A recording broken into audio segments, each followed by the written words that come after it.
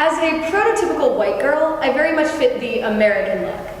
I don't tend to get asked questions like, so, where are you from? No, like, really from. Which is why when I first came to Duke, I got a lot of raised eyebrows for not understanding basic slang or pop culture references.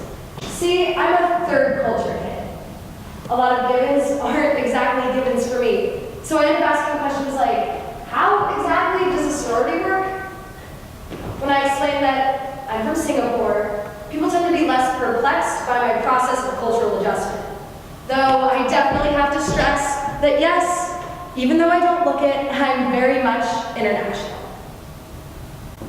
Slang and pop culture, however, were some of the more trivial, surface-level adjustments I had to make coming to school in the United States. Probably the biggest thing that took adjusting to was the fact that people here were not as open-minded as they'd been in the international environment I grew up in, especially going from living in a country that prided itself on its diversity to living in the southern United States. During my freshman year, my friends and I decided to go to a frat party.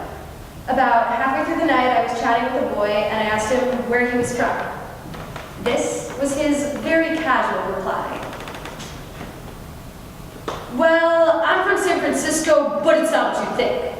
I don't like the gays or Asians or hipsters or any of that stuff.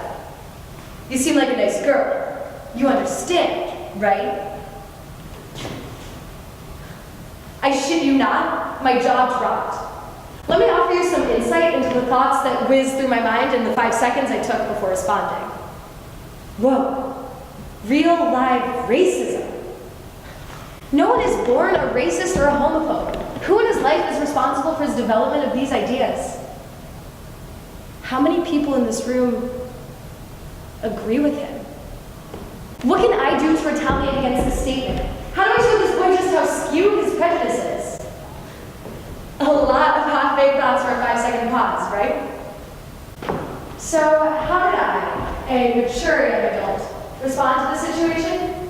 Did I lecture the boy mid-frat party about the importance of equal rights for all? Or did I make an X with my fingers and back away yelling, racism! I'm allergic to racism!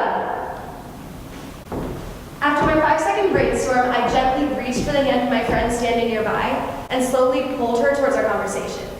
Then I very calmly said to the boy, curveball, I grew up in Asia. I spent most of my childhood in Singapore, and I probably consider myself more Asian than any other racial adjective. Also, I'm a lesbian. At which point, I kissed the friend I'd pulled over a few seconds earlier. I don't look it though, do I? Then my friend and I walked away, and that was that. No lecturing, no aggression, just a quick little prompt to get this boy thinking about how he defined his prejudice. Surprise! I look American, but I'm not! And the very casual manner in which he shared it. Do I think a sassy question or a quick little display of public affection stripped this boy of his prejudice? I'd be very, very surprised if it did.